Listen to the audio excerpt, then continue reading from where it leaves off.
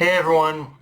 Okay, so just jumping right into things, this episode basically has Arthur meeting the royal family of Sapin for the first time. But furthermore, the more important thing to talk about is the altercation with the royal court mage as he tries to get his sniveling greedy mitts on Sylvie. And the obvious thing to mention here is that I like how we're so quickly circling back around to what Virienne warned Arthur about, that having a dragon familiar would attract unwanted attention. I mean, luckily in this case, the court mage was a bumbling buffoon who's a sniveling coward and a bumbling buffoon, but who got his sweet comeuppance. Like seriously, the whole Arthur tapping into his dragon power to kind of to intimidate him out to just like to scare like to kind of in order to scare the wrath of God into him.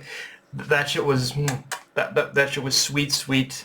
That shit was chef's kiss sweetness, but it is still a warning sign that there will be others coming after Silly, some far more dangerous than a conniving, corrupt court mage. But, so, yeah, a nice little bit of, like, setting the stage there that, yeah, Arthur does need to be careful now going forward.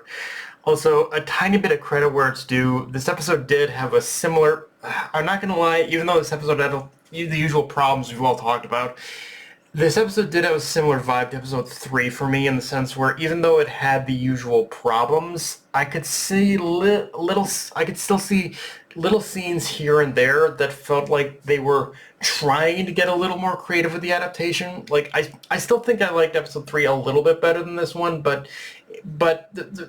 I can see there was an attempt in order to try and get creative with this episode at least.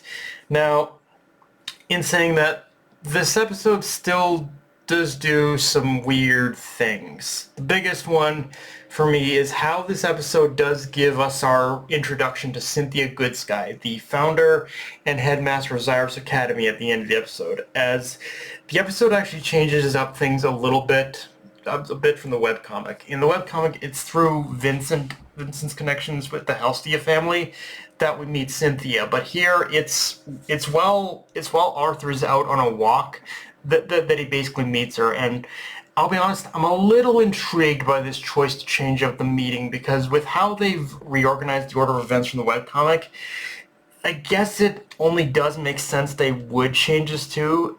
And in a way, I do like how there is a bit more of a personal touch to basically Arthur's meeting with Cynthia now, but simultaneously it does beg the question of how the anime is going to handle what happens next, because next episode is basically going to be Cynthia like putting Arthur through what is in essence a practical acceptance exam in order to get into Xyrus Academy. But because we haven't seen anything about this meeting being built up or organized by the Helstia family, it does make the general protocol of this setup a little suspect to me from a narrative perspective, unless this is one of those things where we're gonna have Arthur meet her first and then have the official meeting with the Helstia family. But if it is done in that way, it just feels like an unnecessary step at this point. And I'm not gonna lie, the way the anime has kind of cut all this out of order, the way it has, does make this introduction feel a little bit more disjointed in the anime than it was in the webcomic, which in itself is weird for me to say because in a lot of ways you could say that the webcomic is just as disjointed, but the webcomic it does feel like there is somewhat of a flow to the nature of events, but here, yeah, there's a little bit of feeling of disjointed in a way. It does feel a little bit more disjointed, and even more so, it does feel like the buffer between the even more so, I think, than the introduction. There does seem like a bit of a like there isn't much of a buffer between the events of the whole with the royal family and then meeting Cynthia. Feel like there isn't much of a breather in between for me with this episode. But I think part of all this is just cutting out cutting so many scenes out of order that built up to her reveal feels, again, off kilter. But it's kind of one of those things where it's clear why they did it this way, though, because they want to. I think in ACAT's mind, they want to start the next core season or whatever with Cyrus Academy arc. But at this point, like, I'm kind of hoping that that doesn't happen, at least not until AK gets dumped from this project and we find another studio. But realistically, I don't know. It's probably not going to happen. Although one can dream, I guess, right? Uh, with that said, I do like how this episode does show just how deep the corruption stems. Like, it's not just that one court mage. It's not just like the whole corruption and like sort of coalition of power among the royal family. It's not just the court mage. It's the fact that Sapin has a king at least.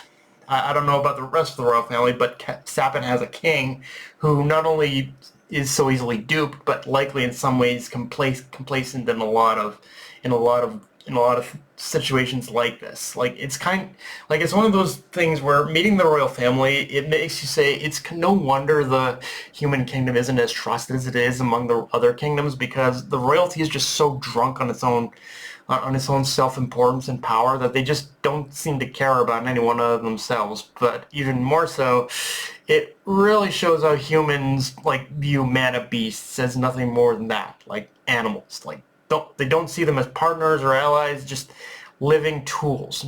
Nothing more, nothing less than that. And yeah, having said everything I just did, in retrospect, like, the royal family of Sapin are probably Turtle Me's most scathing bit of commentary on the human race, or at least the selfish and greedy side of our species on that coin. And when and and the thing is, when things don't go their way, they just sweep it under the rug. And in terms of Arthur, like, but I guess when looking at it from a comparison point of Arthur, it is definitely a contrast to show a little bit of the king that he used to be, and how, although he still has a long ways to go and a lot of more work to do before he can become king again, like, Arthur is already becoming a better leader than the person he used to be, from being far more diplomatic while still never compromising on his moral character towards,